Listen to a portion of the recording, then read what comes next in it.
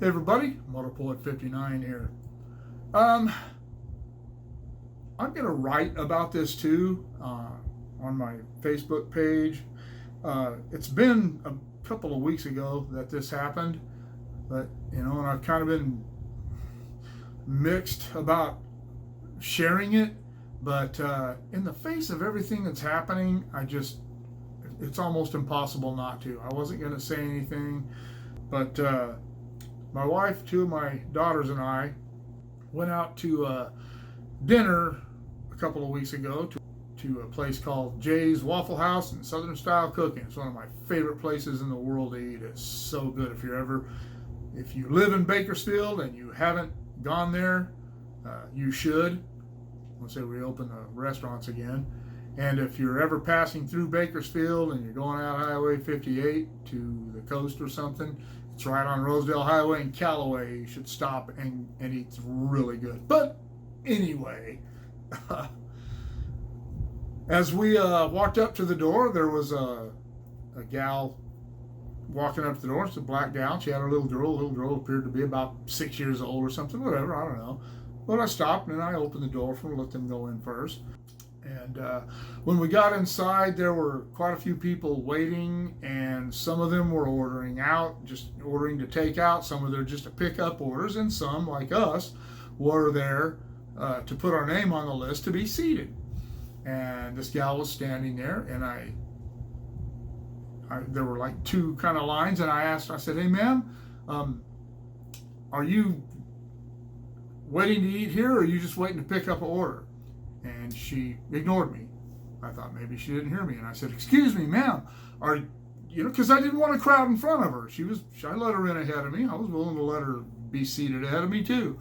And so I asked her again, "Hey, excuse me." I was very polite. "Excuse me, are you dining? Are you waiting to dine in, or are you going to be seated?" And she looked at me, and she had a mask on, and she looked at me with absolute hatred in her eyes, and said, "Do you work here?" And I said, "No, I just wonder." And she said, "Then I don't need to talk to you." And I just walked off and went and sat down by my wife, and I said, "You know what? You try to be polite to people, and this is how you get treated." There was a guy sitting there with his mask, and he shook his head, and I don't know if he was shaking his head at me or at her. But I was astounded, and I thought at that moment, you know what? In my entire life, I have never looked at a black person or a Mexican or an Asian or an Arab or anyone else and thought anything about them except that they were a person. It didn't matter what they're. It didn't matter if they're an executive or a homeless person. The color of their skin didn't matter to me. I wasn't going to be a butthole to anybody. That's not my way of doing things. I'm not racist. I have nothing against them. I've never hated anyone who didn't give me a reason to hate him. And I can honestly say I can only think of about two people in the entire course of my whole life, and I'm 60, that I've ever actually hated. It's a very strong word, very strong emotion, and I don't use it lightly. Same thing with love. But it made me think when I was sitting there waiting to be seated, and she never did tell me what she's doing, so I just went up and put my name on the list. And at that point, I didn't care if I crowded in front of her or not. But as it turned out, all she was doing was ordering to take out. And all she had to do was say, "No, I'm just ordering to take out." But she purposefully singled me out as a white person and was an asshole to me because of the color of my skin. When I, on the other hand, was treating her just like I would have treated anybody else.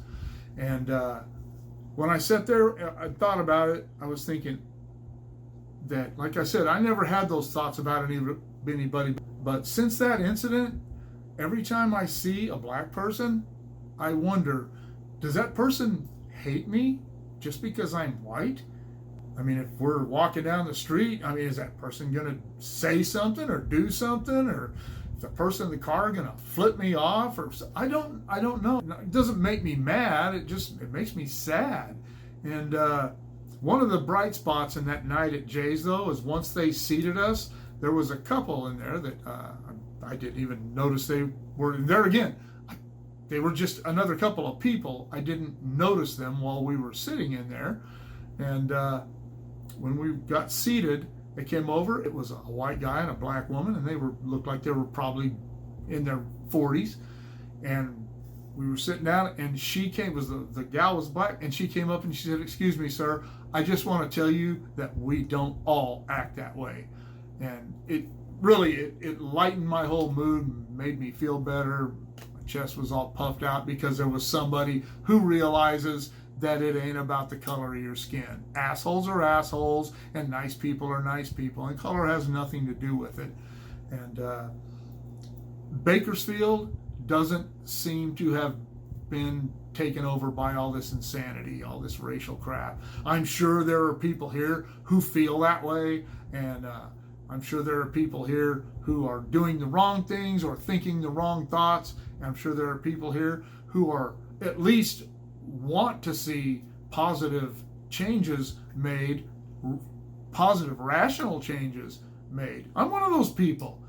But all I know is that night changed the way I will look probably at the rest of my life. I'm 60 years old. I don't have a whole lot of time left. And that's sad. I mean, if any people who know me know I have black people in my family. I have Hispanics in my family. And Asian, who's going to be part of my family within the next few years. And I don't have a problem with any of that. I don't know. It's bothersome. It bothers me that that it is coming to that point in America where hate is what the news is peddling. Hate is what the Democrats are peddling. Hate is what the progressives and the liberals are peddling. And it's discouraging. Let's peddle brotherhood, sisterhood. Let's peddle humanity. Let's peddle getting along. Hey, we don't have to love each other and float peace signs above our heads and shit, but we can get along, and we don't have to hate each other, and we damn sure don't have to kill each other, and we don't have to beat each other up, and we don't have to destroy private property and the things that are going on right now. None of that has to happen for us to make things work.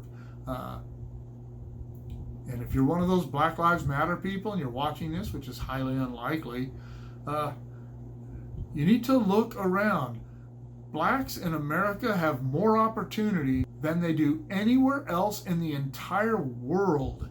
And to say that you don't, or to say that you're singled out for bad treatment more than anywhere else in the world, it's just not true. The numbers just don't back that up.